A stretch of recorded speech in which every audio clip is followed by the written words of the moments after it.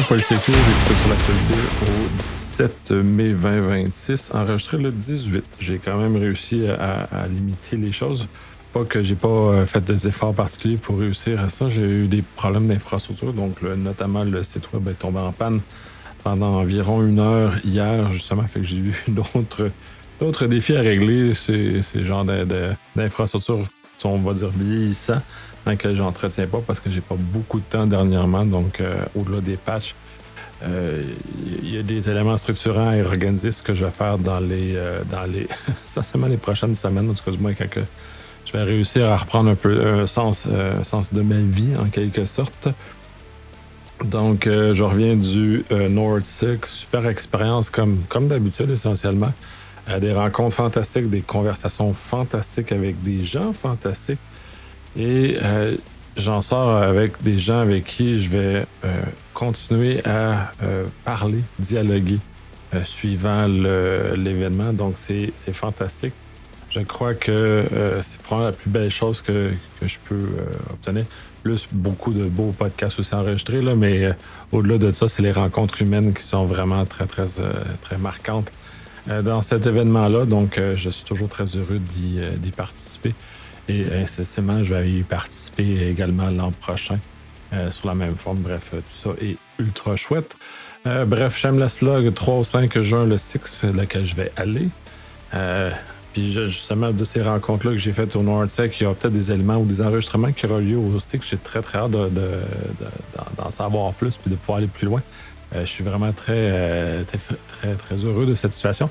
Le 24-25 juin, Troopers. Le 26-27 juin, le Hack. Le 19 septembre, le BICED à Montréal. Le 1 au 3 décembre, Forum Unicyber Canada à Ottawa cette année. Très hâte aussi de voir comment on va être capable d'attirer des conférenciers étrangers et à quel point ça va être encore un contact avec des gens qui, normalement, je ne croise pas. Et 24-25 février 2027, les rencontres ont commencé. Donc, la structure est en train de se faire. Plusieurs changements ou plusieurs choses intéressantes qui brassent. La majorité vont être annoncées plus à l'automne pour vous laisser l'été, mais nous, on est en train d'activer des choses. Très hâte. C'est super chouette. Commençons avec les nouvelles premières sections, comme d'habitude, l'intelligence artificielle. Et comme d'habitude, on va parler de Mythos, cette chose qu'on ne comprend pas trop de toute apparence. Les nouvelles la semaine dernière ont démontré le fait que on a découvert, en tout cas, bref, les gouvernements japonais qui étaient encore très nerveux par rapport à ça, quand dans les faits, ils ne devraient pas être tant que ça. Le fait que, est-ce que c'est parce qu'il justement il est trop dangereux, qu'il n'a pas été exposé ou il est trop coûteux comme modèle à faire fonctionner? Selon les informations, on pourrait dériver effectivement. Ils ont brandé le fait que c'est trop dangereux sur le fait que c'est trop coûteux à faire opérer comme modèle, ce qui est tout à fait logique dans les considérations. Et toutes les choses qu'on entend jusqu'à présent, justement, mentionnent le coût énorme de faire fonctionner ce modèle-là, donc il va y avoir des réflexions à avoir. Et de l'autre côté, quand on met ça en perspective, les modèles comme Opus 4.6 ou 4.7 sont amplement suffisants pour trouver la plupart des problèmes qu'on a par rapport à cette situation-là. Certains chercheurs ont trouvé des CVE déjà existants dans les données d'entraînement de Mythos. Puis c'est intéressant, pas parce que, ça vient un peu disqualifier le fait que certaines vulnérabilités qu'il a trouvées, mais de l'autre, en même temps, ça démontre à quel point ce modèle-là vient changer la perspective qu'on a sur la façon que le code évolue dans le temps. Et dans certains cas, il y a des vulnérabilités qui se sont retrouvées à être réintroduites par des humains en cours de chemin, qui avaient été corrigées et remises. Donc, il y a une réflexion plus globale à avoir sur la sécurité, notamment dans ce cas-ci dans l'open source principalement, mais de voir comment l'évolution se fait et comment celle-ci peut avoir des effets par rapport à tout ça.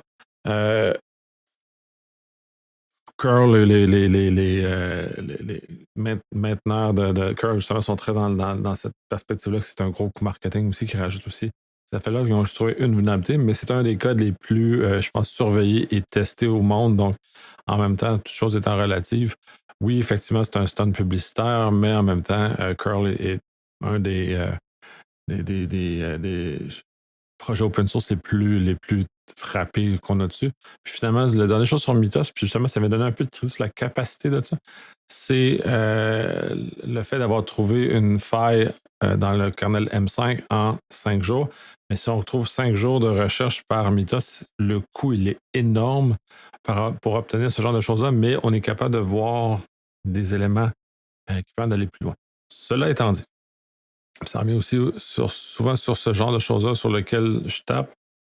Les AI vont trouver des vulnérabilités que les humains n'auraient jamais trouvées autrement parce qu'ils sont capables de trouver des chemins non standards et ça revient justement là qu'il faut les utiliser effectivement pour ne pas en mettre abusivement. Là. C'est pas parce que les AI ont la capacité de trouver qu'ils vont le trouver chez les malveillants. Donc, de trouver de revenir au balancé et de ne pas partir le fait que c'est une grande panique. En tout cas, du moins, que ce qui semble actuellement la grande panique, elle n'est pas justifiée à bien des égards, au-delà du fait qu'il va falloir intégrer le AI dans nos pratiques et c'est tout à fait normal. Je pense qu'on n'a pas besoin de faire d'autres représentations de ce côté-là et ne pas justement partir en panique pour rien.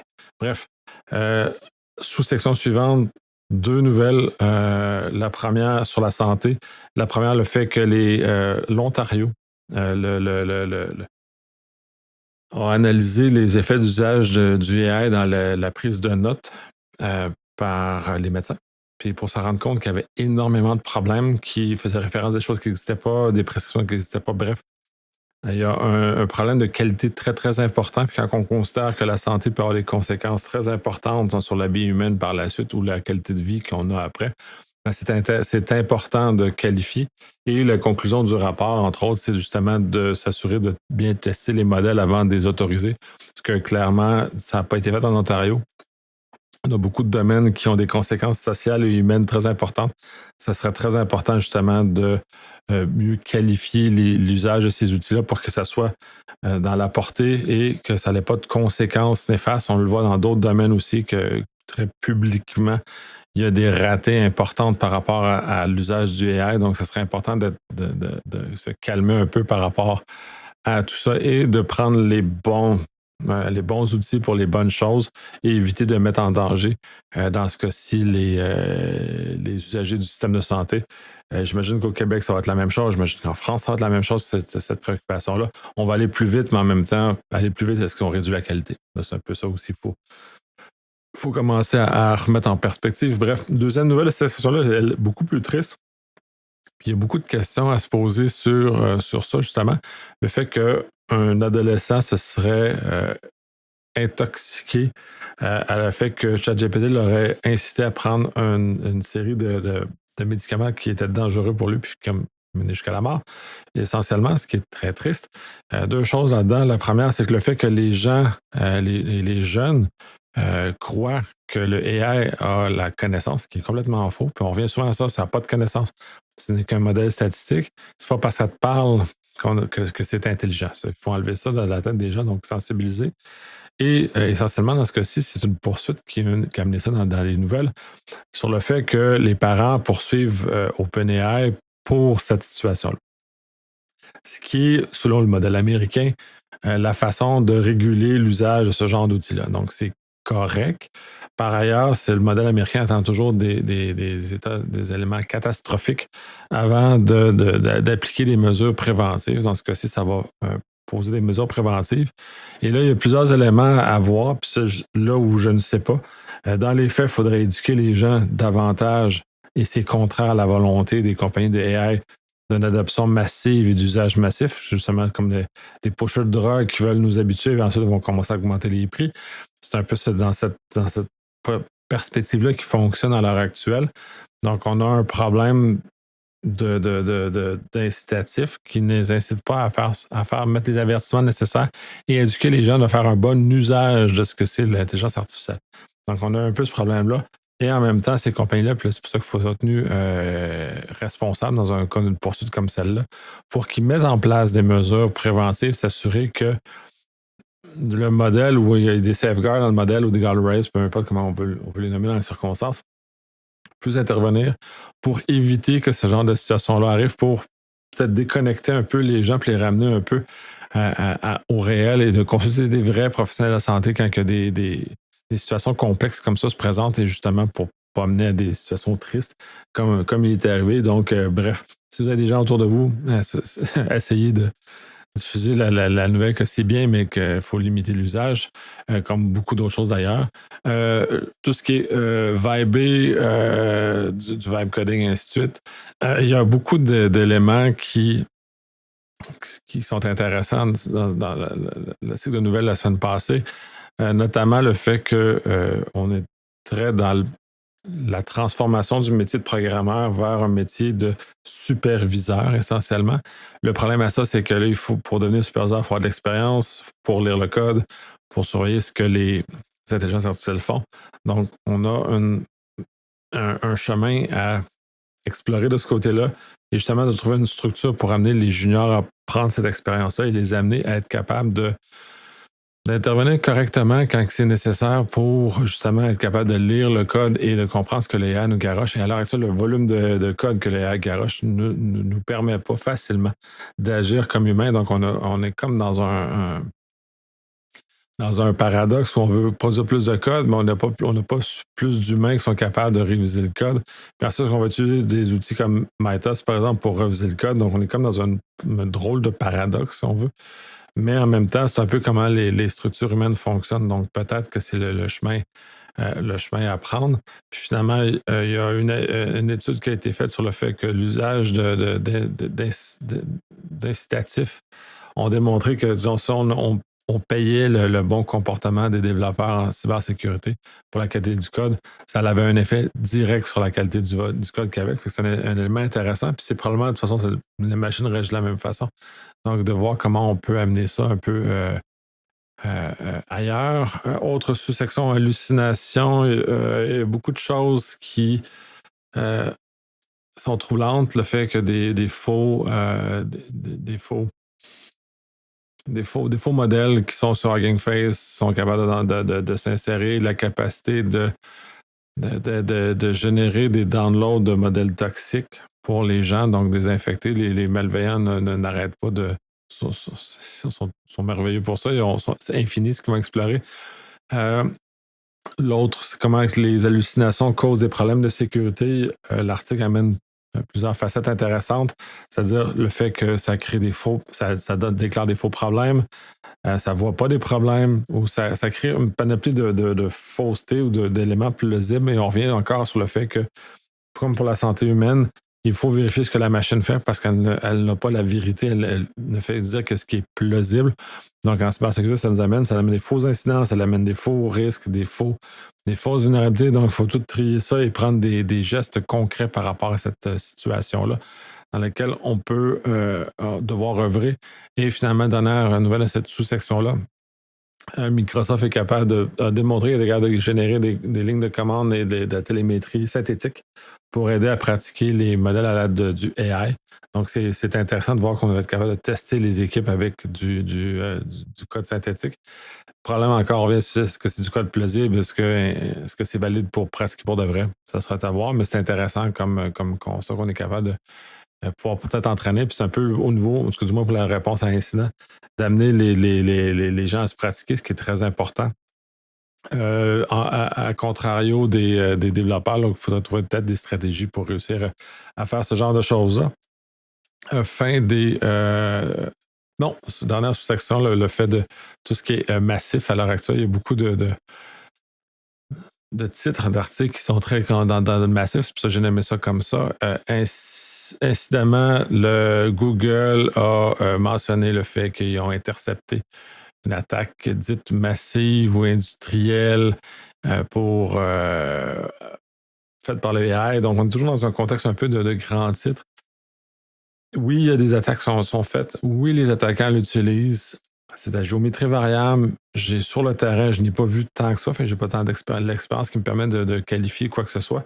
Par ailleurs, je n'ai pas vu tant que ça, au-delà du fait que c'est des raffinements de base, puis ça ressemble un peu à ce que j'ai dit dans les semaines précédentes. C'est-à-dire que oui, mais pas tant. Ils vont l'utiliser pour certains cas particuliers où certaines stratégies vont améliorer. Mais comme pour les développeurs, comme pour toutes les autres choses, l'expérience a beaucoup d'impact. Puis un peu comme ce qui a été mentionné sur les forums des méchants, le fait que le SOPI cause des problèmes. C'est la même situation. Donc, on fait affaire à des acteurs quand même très, très puissants par rapport à ça.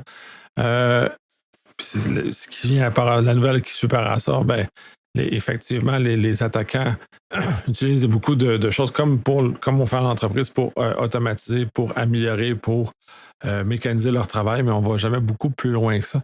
Mais ils ont moins de contraintes, moins d'éléments qui les limitent dans leur usage, contrairement aux entreprises où on est lent et on se traîne un peu les pieds, puis on n'a pas le focus nécessairement sur les bons incitatifs. C'est probablement ça qui nous nuit le plus. Le prochain le problème qu'on va avoir avec le AI, c'est l'agentique au niveau sécurité, naturellement. Essentiellement, puis ça fait plusieurs fois que j'en reviens, puis là, c'est un autre bel article qui remet ça en lumière, le fait qu'on ne maîtrise pas l'objet, on n'a pas de visibilité, on ne comprend pas ce que c'est. Et donc, incidemment, ça amène des problèmes de sécurité. Le fait qu'on n'a pas, on n'a pas capable de contrôler les privilèges correctement, qu'on lui donne trop d'autorité, bref, c'est un problème, donc chose à avancer. Euh, Hugging Face, il y a des packages quand t'es Weaponize, ça revient un peu à l'autre article, sauf que celui-ci met l'emphase sur le fait que c'est un des fichiers seulement qui est changé et que le output des modèles est envoyé à l'extérieur dans ce cas-ci. Fait qu'on est capable d'exporter. C'est une autre avenue, fait qu'on va en avoir de plus en plus de choses comme ça. Hugging Face n'est pas nécessairement un lieu de grande confiance, surtout si on download des modèles qui ne sont pas produits par les compagnies dans lesquelles ces modèles-là normalement sont faits. Donc, on s'expose à des problèmes. Il y a des solutions, on en avait parlé notamment avec Nicolas Bédard de Palo Alto, que les outils comme de Palo Alto notamment permettent de scanner, vérifier s'il n'y a pas de choses toxiques dans dans leur code. Et il va falloir, comme n'importe quel autre programme malicieux, vérifier les codes, des choses comme ça. Donc, d'avoir des, euh, des logiciels de vérification. Donc, c'est une autre façon qu'on va faire évoluer les antivirus. Ça, c'est un papier de recherche. La nouvelle suivante, c'est est-ce que les LM sont capables de de générer une attaque de bout en bout, puis c'est un peu en contrario de ce que Google a ramené. Et les chercheurs ont fait des tests de voir pour tester du phishing, par exemple, comment ils étaient capables de générer. Ce qui sort de leur conclusion, c'est que pour des spectres très précis, donc faire des beaux courriels ou faire des éléments circonscrits, ça va très bien, ça leur donne un avantage très important, mais quand on va dans un scénario élargi, c'est-à-dire complexe et avec plusieurs ramifications, les modèles tombent rapidement inefficaces ou beaucoup moins efficaces que des attaquants humains. Donc, dans l'occurrence, on est encore un certain avantage. Donc, il y a encore de la recherche à faire, voir comment ça va se faire, mais les méchants vont trouver des façons de faire pour réduire leurs coûts et augmenter leurs profits, parce que c'est ça leur modèle, leur modèle d'affaires. Quand on oublie ça, ben, on met du temps sur des choses qui ne sont pas nécessairement utiles. Article sur le fait que certaines tâches de cybersécurité vont être remplacées par le AI, oui. Beaucoup de gens se préoccupent de cette situation-là, ce qui est vrai. Par ailleurs, c'est des tâches de bas niveau qui vont se retrouver à être remplacées, ce qui est mécanisable facilement. Le reste, c'est toutes des choses qui nécessitent beaucoup de connaissances humaines. Donc, non, on ne sera pas remplacé prochainement. Donc, c'est bien de voir. Puis l'article en fait une bonne référence aussi. Et moi, pour ce qui me concerne, je ne vois pas de fin à mon type de travail. Comme pour beaucoup de gens qui m'entourent en cybersécurité, je ne vois pas de fin à leur travail, de fait qu'ils doivent gagner l'expérience, qu'ils doivent utiliser le AI pour améliorer leur performance, mais en même temps, il n'y a pas Bref, je ne vois pas, puis c'est intéressant de le voir comme ça. Une dernière nouvelle de cette section-là, Threat Modeling avec Opus 4.7, c'est intéressant de le voir dans la perspective qui a été amenée par Showstack, notamment dans ce cas-ci, qui est un spécialiste en modélisation de menaces. Donc, de le voir dans cet angle-là et à voir qu'il y a un certain nombre de limites importantes encore selon son approche que lui a faite. Autre section, la guerre. Juste une nouvelle, c'est l'Iran utilise des mosquitos, des petits bateaux pour réussir à prendre le contrôle du canal d'Ormuz. Ce qui est intéressant dans cette nouvelle-là, et pas parce que je veux mettre sur un piédestal les stratégies iraniennes en l'occurrence, mais c'est de voir à quel point ces façons de faire-là, Swarm, par exemple, vont être réutilisées en cybersécurité aussi, où on doit s'inspirer de ces moyens-là, surtout dans des contextes asynchrones comme la guerre en Iran est un bel exemple, de voir à quel point de petits objets nuisibles sont plus euh, efficaces que de gros porte-avions pour avoir un effet sur la sécurité.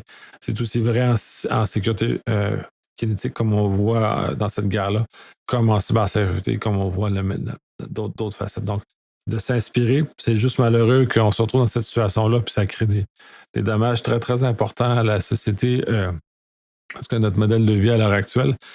Mais bon, bref, c'est une situation dans laquelle il faut au minimum s'inspirer et justement préparer qu'on pourrait affronter ce genre de situation-là à l'avenir, en cyber notamment. Souveraineté, deux petites nouvelles. Le FCC va étendre, ou en tout cas va lever les restrictions pour les routeurs étrangers pour qu'au moins les drones, pour que les correctifs puissent être disponibles jusqu'en 2029, parce qu'il y a une inquiétude sur les effets des correctifs. Mais encore, cette nouvelle-là, globalement, jamais vraiment dans la souveraineté, parce que c'est un effort de souveraineté américaine, ils en font beaucoup, les Américains, contrairement à ce qu'on pense. Et de cet effort-là, on voit qu'ils veulent chasser tout ce qui est fait en Chine, par exemple, dans ce cas-ci. Fait que c'est plus de la pression commerciale qui est faite plus que du... en tout cas, bref, c'est le modèle, mais ça le donne une fenêtre de temps pour permettre de continuer à avoir des correctifs. L'autre, c'est un site qui fait la liste des services américains et européens pour de l'info nuagique, donc toute les capacités de chacun des fournisseurs, c'est très intéressant. Et l'élément que je trouve intéressant de ce tableau-là, c'est la présence de cloudeurs finlandais. Et ça, c'est important pour la position québécoise et canadienne, dans laquelle on a été longtemps un peu paresseux, c'est qu'on s'est laissé porter par les Américains. Et on aurait la capacité, donc, comme les Finlandais, d'avoir des services canadiens et québécois qui offrent des services de qualité sécuritaire et qui nous permettraient d'être souverains, essentiellement dans les circonstances, sans se débarrasser des autres, sans fermer la porte aux autres, parce que c'est un écosystème varié. Il faut utiliser justement la variété de cet écosystème-là et celui-ci doit nous servir. Mais on aurait la capacité d'avoir des services équivalents ici si on y mettait un peu d'énergie et qu'on arrêtait d'en parler et qu'on agissait essentiellement. Bref, section suivante, privacy, la loi C22, le projet de loi C22 fédéral qui est une version refaite de la loi C2, un projet de loi C2 qui n'a pas mené à rien, qui était essentiellement la surveillance des frontières. Cette loi-là a une portée très, très grande. Je trouve ça un peu triste qu'on ait ce genre de loi-là au Canada qui émane, comme on les voit dans d'autres pays européens ou américains, notamment. Le fait qu'ils sont en train de mettre en place des moyens qui vont permettre de casser le chiffrement des systèmes de bout en bout. Notamment, Signal a envoyé une communication disant qu'il allait sortir du Canada tant qu'à s'il était dans une position où il devait casser le chiffrement. La loi est suffisamment floue pour laisser place à l'interprétation d'un bord ou de l'autre, en l'occurrence, mais c'est un peu plate qu'on voit arriver au Canada aussi des lois qui sont aussi anti-privacy, donc qui ouvrent la porte à des situations qui ne sont pas positives pour personne. Puis là, c'est intéressant parce qu'on a des lettres des Américains notamment, ou des représentants des Américains qui s'inquiètent de ce type de loi-là. Et c'est intéressant parce qu'eux-mêmes ont des appétits à enlever le chiffrement, donc c'est un peu fascinant. Mais c'est un drôle de débat parce que je comprends l'objectif, puis on vit dans cet univers-là, on veut protéger. Puis comme citoyen, je veux que l'État régalien me protège. Puis c'est un peu, pour moi, mes attentes par rapport à ça. Mais c'est jusque où je suis capable de tolérer qu'il rentre dans ma vie privée. Peut-être pas de temps loin, puis voir comment, puis je le dis souvent, s'il n'y a pas des moyens alternatifs pour arriver à la même chose, sans devoir ouvrir si grandement que ça les éléments de vie privée. Bref. Google exige d'envoyer des SMS pour activer les comptes. C'est une nouvelle concomitante avec un autre qui dit que maintenant les comptes sont réduits à 5 gigs et non plus 15 comme avant. Puis pour atteindre 15, il faut mettre un numéro de téléphone activé. Fait qu'il y a un effort de Google de réduire l'usage toxique de ces comptes, ce qui est tout à fait normal. Mais en même temps, il y a un volet invasion à la vie privée là-dedans, parce que là, c'est nos numéro de téléphone qui nous identifie relativement uniquement et qui nous permet de nous tracer sur en géolocalisation aussi. C'est des questions à se poser, à savoir qu'est-ce qu'on fait avec ça. MyOD, juste sur la base du code VIN, de ce qu'on peut voir sur le pare-brise, permet d'identifier la localisation des autos. Fait qu'il y a comme un problème de design. Donc, probablement semi-vibe codé, méconnaissance des principes de sécurité. Et on est toujours dans ce contexte-là où on a présomption que les gens qui sortent des écoles ou les développeurs en général sont formés en cybersécurité ou ont une connaissance suffisante. La réalité est non. Mon expérience me dit que non aussi. Quand ils vont être challengés, généralement, ils vont dire ah oui, telle affaire, ils vont le faire. Mais s'ils sont jamais challengés, ils ne le feront pas ou le feront rarement. Donc, c'est un peu le contexte comme ça de ramener. Puis c'est un peu fascinant qu'un fabricant d'auto de luxe n'ait pas fait ce genre de vérification de sécurité qui, de toute apparence, est élémentaire. Bref, le Texas poursuit Netflix sur des pratiques de surveillance. L'article est très amusant parce qu'il relate des choses qui sont connues avec Netflix depuis longtemps. La machine d'analyse de données de Netflix, elle est complètement folle. Qu'il partage avec l'extérieur, c'est pas étonnant. Et ensuite, tout le volet jeunesse aussi là-dedans qui, malgré tout, puis permet bref, c'est très perplexant, mais en même temps, c'est bon, il faut que les Américains se réveillent, puis surtout que ça vient du Texas, qui n'est pas nécessairement des places qui défendent tant que ça la vie privée, mais bon, bref, prenons tout ce qui passe pour améliorer la posture de la vie privée et de ralentir l'invasion extrême que les grandes compagnies américaines puissent avoir sur les informations. Bref. Section suivante, la loi. La première, c'est Sony qui a perdu un procès pour faire porter la responsabilité au niveau du droit d'auteur. Ce qu'on peut retenir de ça, c'est que la portée de ça, c'est retire la responsabilité du transporteur et le redépose sur celui qui a posé le geste. En soi, c'est pas mal, mais ça limite la capacité de ces compagnies-là à poursuivre. On revient toujours sur le fait que la loi sur les droits d'auteur sert à protéger les créateurs pour les aider. En même temps, on est rendu avec des grandes corporations qui mettent en arrière de ça, donc il y a beaucoup d'intérêts financiers. Donc cet équilibre-là est difficile à obtenir, puis dans ce cas-ci, ils vont devoir euh, aller directement. Donc, c'est pas la responsabilité des fournisseurs Internet d'agir de façon très active dans la défense des droits d'auteur. C'est un peu ce qui en retire. Et l'Europe veut s'attaquer aux éléments d'addiction qui sont avec les TikTok et Instagram de ce monde qui permettent ou qui font que les jeunes se sentent pris dans ces systèmes-là. Et donc, ne sont pas capables de s'en sortir. C'est dans la même foulée que les lois sur l'identification pour s'assurer que les médias sociaux à un certain âge, et ainsi de suite. C'est intéressant, ce genre de choses-là. J'ai hâte de voir où ça va nous mener. Ça amène des réflexions, puis je suis d'accord avec le fait que ces compagnies-là ont poussé à l'extrême les façons de fonctionner du cerveau humain. Donc, pour les aider et pousser les gens à aller de façon de plus en plus importante vers l'usage de ces services-là, donc sans limite, et d'utiliser au maximum les capacités, les biais du cerveau pour en arriver là. Donc, je pense que le législateur doit intervenir, effectivement. Voir ce qu'il va faire, ça va être intéressant. Bref, section suivante, rouge, sous-section failles du jour. Il y a eu énormément de petites failles qui sont sorties cette semaine, petites et d'autres, certaines très importantes. Je commence avec le fait, c'est Krabs qui mentionne essentiellement le fait qu'on est rendu dans un moment où des fois, d'installer le correctif nous amène dans une situation pire que ce qu'on était avant. Donc, c'est de cette constat-là qui est inconfortable, mais c'est à voir. Mulvad, dans la configuration actuelle, ne protège pas bien l'identité en arrière du VPN, donc changer les correctifs. Allez voir. Fracnesia, une nouvelle vulnérabilité Linux sur le type de defag flag, mais c'est pas encore assez critique, mais pas. C'est-à-dire qu'il faut quand même avoir un accès local, mais quand même, il faut corriger avec des modules kernel. Faille dans BitLocker qui semblerait, selon les analyses actuelles, laisserait présager que c'est un backdoor qui touche Windows 11, touche pas Windows 10 et touche Windows 2019 et 2025 serveurs, 2019-2025. Donc, ils sont capables, mais il faut quand même avoir un accès physique, donc c'est que ça limite un peu. Donc, mais ça, c'est très, très étrange. Au moment où, en tout cas, bref, où j'ai lu, il n'y avait pas de réponse de Microsoft, donc on est dans des hypothèses. Mais la façon que c'est fait est vraiment dans un type de type backdoor parce que c'est assez simple à exécuter.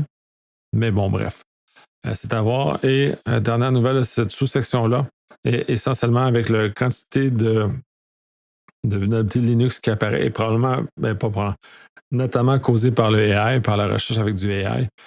Il serait peut-être temps de trouver une façon de fermer certains services ou modules à l'intérieur de celui-ci. J'avais déjà mentionné que je recompile en statique mon kernel justement pour éviter ce genre de situation-là. Et ça depuis très longtemps. La plupart des gens ne le font pas pour beaucoup de bonnes raisons, mais ça serait peut-être un avenue à réfléchir, à voir comme ça. Puis finalement, une faille dans NG, NX qui date de plus de 18 ans, qui est encore en place, qu'il faut corriger. Sur section, tout ce qui est vieux et nouveau, le device code phishing est en pleine croissance. J'en avais parlé avec des gens de Sequoia, avec Evil Tokens notamment. Donc, de voir que ça continue, c'est en croissance, ben, c'est tout à fait normal quand ils attaquent une nouvelle façon ou ils détectent une nouvelle façon, ils vont l'utiliser abondamment. Donc, c'est un exemple. Et l'autre, ce qui est drôle, c'est Microsoft, parce que sur les mots de passe stockés dans Edge, dans la mémoire pour Edge, change de stratégie. Autant la semaine passée, j'avais mentionné, j'ai pris la nouvelle juste parce que je trouvais qu'on s'énervait un peu le poil des jambes pour rien, du fait que de toute façon, c'est très compliqué de protéger le navigateur parce que celui-ci vit dans l'écosystème de l'utilisateur. Donc, en ce moment, il devient très difficile de faire ça, même si les autres, Edge était le seul dans tous les navigateurs de type Chromium qui ne protégeait pas les mots de passe en mémoire ou la façon qui était faite. Bon, c'était comme ça. Et Microsoft a dit, c'est pas grave, on accepte, puis tout à coup, pouf, il change de stratégie. Et ça, je trouve ça un peu malheureux comme concept, pas parce que Microsoft avait tort ou raison sur l'implantation de cette stratégie-là, mais c'est le fait de balayer de la main tout de suite en partant, dire non, c'est normal, et de backtracker ensuite comme ils font là. Fait que maintenant, on est dans un état de communication qui est, à mon sens, malsain. Parce que s'il y a une erreur de design, ce qui de toute apparence a l'air d'être le cas, ben, il faut juste l'admettre, puis le faire, puis passer au suivant, justement pour arrêter de gaslighter tout le monde, dire non, c'est pas grave, puis de jouer comme ça, parce que beaucoup de gens sont pas suffisamment éduqués en cyber. Et ces doubles messages-là les confondent, le vu dans d'autres circonstances plus massives où le double message vient contrer la qualité du message final qu'on veut atteindre. Donc, je crois que ce n'est pas une bonne stratégie de communication qui est prise en l'occurrence et que s'il y avait eu une erreur ou s'il y avait eu une analyse à faire, tout simplement, Microsoft aurait juste dit ben, on va analyser la situation, on va regarder et on va agir et non de réagir parce qu'il y a eu espace médiatique puis change de situation. Fait que, bref, mais dans tous les cas, je reviens à ce que je disais l'autre semaine. Le fait que les mots de passe sont en mémoire n'est pas une vulnérabilité de la fin du monde. C'est compliqué de sécuriser un navigateur parce que il vit dans l'écosystème de l'utilisateur. Google fait énormément d'efforts avec les limites que ça a. On l'a vu justement la semaine dernière, ils ont été capables de casser certains volets spécifiques. Mais bon, bref, cela étant dit, c'est ça. Sous-section suivante, usurpation. C'était découvert qu'avec GitHub, on est capable de spoofer assez facilement les commits. Il y a certaines recommandations pour augmenter, mais ça devrait se faire par défaut essentiellement, et donc notamment de signer les commits qui sont faits, parce que sinon on est capable d'impersonnifier n'importe qui parce qu'il n'y a pas de vérification qui est faite sur certains éléments dans des fichiers. Bref, c'est assez particulier qu'on se retrouve encore des choses comme ça. N'étant pas un grand utilisateur de GitHub, je ne sais pas s'il y a une normalité là-dedans ou il n'y a pas, c'est juste parce que c'est un vieux problème qui a été transporté dans le temps. Passkey avait eu, puis j'ai attrapé aussi sur d'autres podcasts la semaine dernière, puis il parle de Passkey, non, c'est pas si bon que ça, machin. L'essentiel, en tout cas, bref, ce qui est dans cet article-là, mais que j'ai entendu aussi, c'est que le Passkey par lui-même n'est pas suffisant, c'est vrai. Parce que si vous avez des moyens autres, comme des downgrade d'attaque, c'est-à-dire de descendre dans des moyens plus bas d'authentification, effectivement, parce que vous êtes capable de contourner le Passkey C'est pas le passkey le problème, c'est le fait que vous êtes capable de contourner le passkey ou trouver une autre façon de s'authentifier sans le passkey, essentiellement pour contourner un peu la logique. Le device code est un exemple de cette stratégie-là. Mais bref, il y a des façons de le bloquer. Ça serait très important de le déployer et que les moyens alternatifs ou de contournement du passkey ne soient pas facilement disponibles aux utilisateurs ou ils doivent être interceptés par des humains qui vont être capables de vérifier de façon suffisante si la personne qui demande le changement euh, est autorisée. Et ça l'amène à la nouvelle suivante, justement, le fait que, dans bien des cas, l'ingénierie sociale est un moyen assez efficace, encore efficace pour réussir à faire changer les mots de passe, à prendre contrôle des comptes, à justement changer le MFA ou le passkey dans ce cas-ci, et de contourner les contrôles. Donc, s'il y a un passkey sur un compte, par exemple, pour prendre la nouvelle précédente, ce passkey-là ne doit pas être contourné d'aucune façon. Et à moins d'un incident critique, je ne pense pas qu'il y a rien qui justifie le fait de passer à côté de l'usage du passkey et de mettre en place des mesures conséquentes par rapport au passkey. Donc, c'était intéressant de voir que ces vieux schèmes d'attaque-là sont encore très vivants. Je suis un peu triste aussi qu'ils soient encore très vivants parce que le fait du downgrade d'attaque, ça fait longtemps qu'on en parle. Et on revient avec ces éléments-là, avec le passkey. Parce que clairement, le niveau de littératie cyber n'est pas très élevé. Je pense qu'il y a beaucoup de gens qui ont tombé dans la marmite, qui ont tombé pas dans la marmite, mais dans l'univers cyber sans avoir les a priori nécessaires pour comprendre et avoir tout l'historique qui nous mène où ça nous mène à l'heure actuelle. Parce que essentiellement, j'ai 25 ans d'expérience, donc j'ai tous ces 25 ans-là. Et de retransmettre ça à des personnes qui commencent dans le domaine, c'est un peu difficile et pas facile. Mais bon, bref, podcast me sert notamment à ça, mais on ne peut pas arriver du jour au lendemain d'avoir ce 25 ans d'expérience-là. Et ce qui a fait, si je fais un petit croche là-dessus, ou quand j'avais début vingtaine, une énorme frustration parce que j'avais la connaissance, mais pas l'expérience, d'être confronté à des situations dans lesquelles j'étais un peu tassé sur le côté, justement parce que j'avais pas l'expérience. Et maintenant, je suis rendu de l'autre côté, je comprends, excusez, de pourquoi l'expérience, parce que j'ai du vécu et mon vécu me permet de mettre en contexte des choses que je n'étais pas capable, le jeune, moi énervé, n'était pas capable de comprendre à ce moment-là. Donc, c'est important de trouver. Et puis, c'est important de trouver une stratégie pour justement basculer cette connaissance-là que tous les vieux routiers ont, de basculer sur les générations qui montantes, qui vont nous remplacer et qui puissent justement avoir toute cette perspective-là et cette capacité-là de ne pas refaire les mêmes erreurs avec comme le gars du basket. Bref, Taïwan est encore sur le choc de l'attaque sur son système de train. C'est une attaque qui était quand même assez simple avec des systèmes radio Tetra qui étaient vulnérables d'ailleurs, à laquelle les clés n'étaient jamais changées, qu'il n'y avait aucun problème. Fait que des acquis comme ça, surtout dans les systèmes industriels, le système ferroviaire en est un exemple. C'est pas le premier exemple de système ferroviaire que je vois qui succombe à ce genre d'attaque-là. Il y a beaucoup de gens qui ont notamment déclaré, j'avais au DEFCON il y a 2, 3 ans, bref, avant que j'arrête d'aller aux États-Unis, je t'avais mentionné sur le service de train de l'Espagne, il avait été comme tassé, c'était pas grave. À terme, je pense que c'est dangereux de ne pas écouter ces gens-là qui veulent déclarer. Là. Je ne dis pas que la personne qui avait déclaré les choses sur le système ferroviaire de l'Espagne l'a bien fait, une bonne conversation, puis peut-être voulu un peu de publicité. Ça se peut. Je me passe en contexte, mais historiquement, on a toujours un modèle où les déclarations qui sont faites sont toujours rejetées par les compagnies qui sont touchées par ça. Donc, de cette habitude-là, il faudrait revenir à une habitude d'humilité et d'écoute, justement parce que dans un cas d'un système ferroviaire, ben, s'il y a des problèmes ou il y a des trains qui se foncent dessus ou peu importe ce qui se passe, ben, il y a de la gravité, c'est important. Puis je pense qu'il y a un peu d'introspection à avoir sur où on s'en va. Et je dis pas que les gens en cyber sont des bons communicateurs, on est de très mauvais communicateurs, mais bon, avec le temps, ça tend à s'atténuer, donc d'ouvrir cet espace-là de communication, justement, pour qu'on ait ce type de situation-là de problèmes de cybersécurité. Bref, les robots Unitree sont ultra faciles à prendre en contrôle. Il faut juste la clé, il faut juste l'application et être à proximité avec du Bluetooth pour prendre contrôle, justement pour le faire dévier. Et à ça vient le fait qu'il y a énormément d'informations en Chine, donc il y a une certaine préoccupation à avoir. Beaucoup de systèmes d'e-com, qui sont des systèmes d'imagerie médicale, sont exposés sur Internet ou de façon non sécurisée. Ça soulève le fait que le système de santé est souvent sous-financé pour protéger adéquatement et que les compagnies qui font ces logiciels-là ne prennent pas la peine non plus de sécuriser suffisamment. Les lois américaines n'ont pas aidé à monter le niveau de sécurité des équipements suffisamment pour que ça arrive à quelque chose.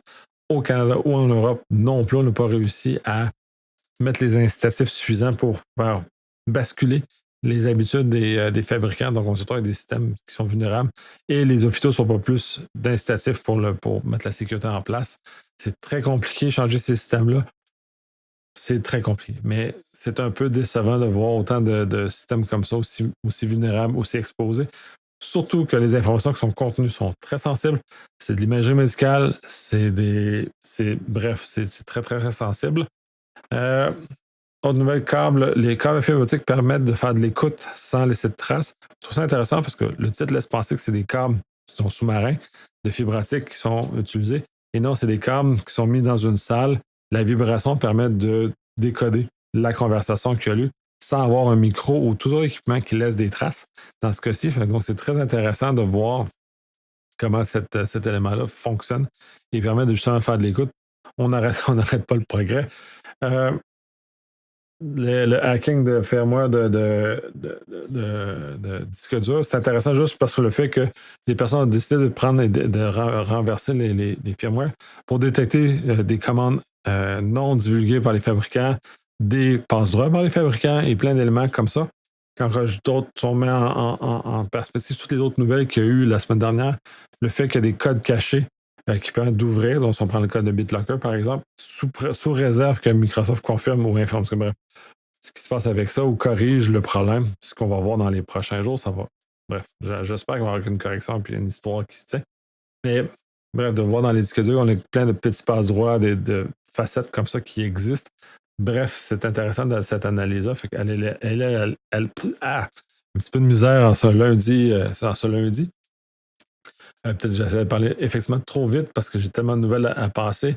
Dans la nouvelle de cette section-là, les experts ont confirmé que FAS 16, qui servait à saboter les tests d'armes nucléaires, ont été probablement visés à l'Iran, étaient probablement concomitants avec Stuxnet et non précédents Stuxnet. Donc, on est dans un environnement où il y a plusieurs techniques. Rétrospectivement, c'est intéressant de voir ça.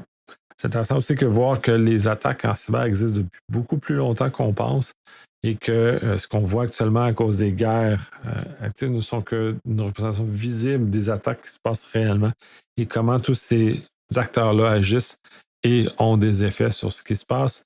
La section bleue, Signal va modifier son visuel pour limiter le phishing parce qu'il y a beaucoup d'attaques sur ce système-là. Donc, la popularité du système fait que maintenant les attaquants essaient de casser pour aller récupérer. Le protocole lui-même est robuste, c'est les gens qui l'utilisent peuvent se laisser tromper par des situations, par l'ajout de nouveaux appareils, par des messages qui laissent l'impression d'aller ailleurs. Donc, il va y avoir des modifications principalement d'interface qui vont aider les utilisateurs à déceler des techniques malveillantes visées vers eux, par exemple. La complexité est un problème en cybersécurité. Au niveau d'infrastructure, le texte est intéressant en disant que la plupart des admins système maintenant n'ont plus de compréhension sur la globalité de leur réseau. C'est une situation qui est très troublante en soi, sachant que cette complexité-là nous amène à avoir un manque de visibilité. D'un point de vue cyber, moins on est visible, plus on va avoir des problèmes à répondre à un incident. Comme le quotidien des gens en cyber inclut des incidents ou des mini-incidents ou des amorces d'incidents ou des alertes minimalement. La méconnaissance de l'ensemble de l'infrastructure est un problème. La complexité est un problème. Je ramène toujours à la simplicité quand je suis capable de le faire. Et c'est pas peu de gens sont capables de maintenir en tête une infrastructure très, très complexe et de tous les morceaux de cette ramification-là. Donc, de tenir en compte, donc de toujours essayer de viser à la simplification, voire réduire les problèmes de sécurité, puisque c'est beaucoup plus facile à défendre. Et c'est beaucoup plus facile à répondre en cas d'incident. Donc, de ramener comme ça. Puis je trouve ça intéressant qu'on ramène cette conversation-là maintenant quand on a une explosion de complexité, notamment par les microservices, notamment par Kubernetes, notamment par toutes ces structures-là qu'on est apparues maintenant qui rajoutent de la complexité et non la réduisent et amènent des problèmes conséquents. Et il faut aussi comprendre que les compagnies qui utilisent ça de façon massive, on va prendre les grands les grandes compagnies technologiques américaines, notamment, qui ont développé et qui utilisent ces composantes technologiques-là, ont le staff généralement suffisant pour être capable de comprendre la portée de tout ça. Mais de l'autre côté, si on va prendre des exemples comme les trois grands clouders, les trois sont dans le même bateau dans ce côté-là. Les systèmes sont tellement complexes dans lesquels ils déploient qu'ils ne savent pas qu'est-ce que ça fait essentiellement. Donc, il n'y a pas une vision globale. On le voit parce que mon expérience est plus là avec M365. Tous ces composants-là sont faits par qui composent le grand écosystème de M365 sont faits par des équipes différentes qui ne comprennent pas nécessairement ce que l'autre équipe fait. Ce qui fait que des fois, il y a des décisions qui amènent à des problèmes de fonctionnement. Généralement, rarement des problèmes de sécurité, heureusement, mais généralement des problèmes de fonctionnement ou d'interopérabilité entre les différents composants. Ce qui fait que ça donne une belle démonstration de cette énorme complexité-là et que celle-ci, elle est contraire ou contre-productive pour la cybersécurité, essentiellement. Dans la nouvelle association-là, la messagerie sécuritaire n'est plus que du chiffrement. Et c'est intéressant cet article-là parce que ça repose sur plusieurs couches de protection. D'ailleurs, Guillaume Ross, notamment, euh, critique beaucoup le signal pour le fait que la portée de ce qui protège est limitée justement à son application et pas beaucoup plus loin que ça. Ce qui fait que on ne sait pas à qui on parle de l'autre bord. Il y a des indicateurs qui ne sont pas donnés. C'est un exemple. On l'a vu avec le Signal Gate aux États-Unis aussi, que des logiciels tiers peuvent se brancher sur le réseau Signal sans qu'on sache que les données peuvent être extraites du réseau sans qu'on sache selon avec qui on parle, naturellement. Fait que si l'interlocuteur avec qui on parle a des pratiques de sécurité plus faibles, bien, on est exposé, nos informations sont exposées à ces pratiques-là qui sont contraires à notre volonté de sécurité. Le protocole lui-même est très bon, le signal lui-même est très bon. C'est l'usage de l'autre côté et d'avoir les signaux qui nous permettent de savoir que notre vis-à-vis a des bonnes pratiques de sécurité, ce qui est un peu plus difficile. Et le fait notamment de chiffrer certaines informations en dehors de l'application et toutes les facettes autour. Donc, tout ça est très important. Donc, bref, l'article remet en perspective ça.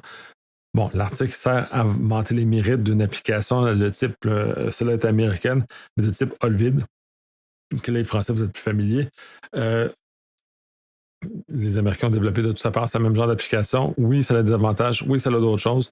Oui, il faut considérer, mais il y a un ensemble de facettes à tout ça qui est très important. Bref, l'article est très intéressant, même s'il est teinté pour ce logiciel-là. Dernière section insolite d'hiver. C'est essentiellement ce que Adam Shustak mentionne, je trouve ça très drôle parce qu'il a fait un tout là-dessus. C'est ce qu'on utilise comme expert, comme best practice. C'est un raccourci qui est utilisé pour ne pas faire les recherches nécessaires. Fait que c'est comme un raccourci intellectuel qui est utilisé, puis il arrive. Fait que bref, il faut faire ça. J'ai réussi à aller assez vite. Je me suis enfermé un peu en essayant de parler à cette vitesse-là. Bref, merci d'écouter. Vos commentaires sont toujours super pertinents. J'aime ça quand je vois des événements comme Nordic, ça me permet justement de parler aux gens puis que j'ai des commentaires en personne puis de belles conversations qui, entre autres, sont relatives au podcast, mais pas exclusivement et qui nous permettent justement d'améliorer le produit pour aller plus loin et de le faire rouler un peu comme ça. Donc, merci et bonne semaine.